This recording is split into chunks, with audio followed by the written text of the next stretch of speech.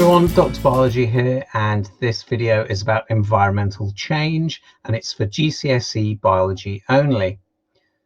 Let's just do a quick spec check. So we're going to be looking at the impact of environmental changes. So notice it says students should be able to evaluate, so the pros and cons of the impact of environmental change on the distribution of species in an ecosystem given appropriate information.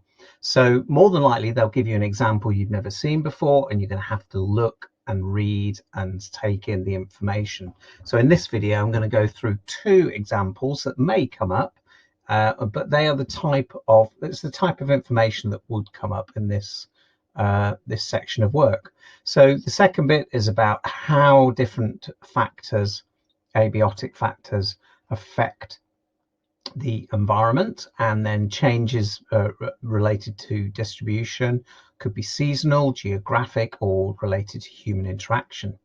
This video is very much related to the effects of human interactions on ecosystems, something that I have covered in a previous video.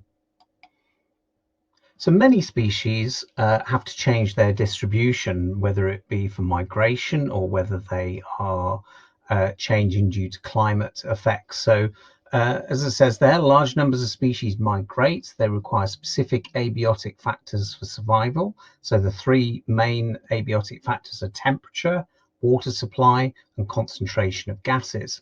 So this causes what we call geographic and seasonal changes in species distribution, and therefore affects ecosystems and the amount of biodiversity in one particular area. So here's a good example of species distribution. So the polar bear. So in the Arctic, temperatures are rising, so causing more melting of ice due to global warming. So this affects the polar bear in terms of its hunting strategies and locating food, and it's having to use a lot of its energy swimming between shrinking ice flows.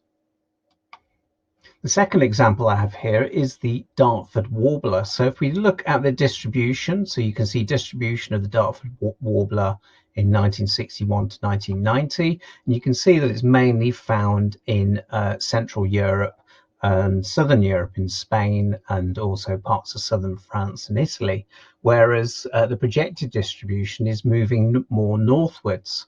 The reason being is that the Dartford warblers are very sensitive to the cold, especially in winter, and historically were found in the UK only on lowland heathland in the extreme south of England. So they visit the southern parts of heathland, but obviously with climate change, their positioning is going to move more northerly. Now this would affect insect populations. It would also affect other bird populations that will affect the Dartford warbler population as well. Another example here is the silver-studded blue butterfly. So this blue butterfly is found mainly, again, on heathland, and it has what we call a restricted distribution. So you can see the restricted distribution is probably, well, it's mainly related to the fact that it needs to live in certain types of heathland. So it needs to be suitable, and it also needs to be a coastal habitat. So it's geographically restricted to heathland. So if the habitat of the silver-studded blue butterfly is affected by things like climate change and human destruction, then it will affect where they can live and therefore survive, and again affect biodiversity of heathlands.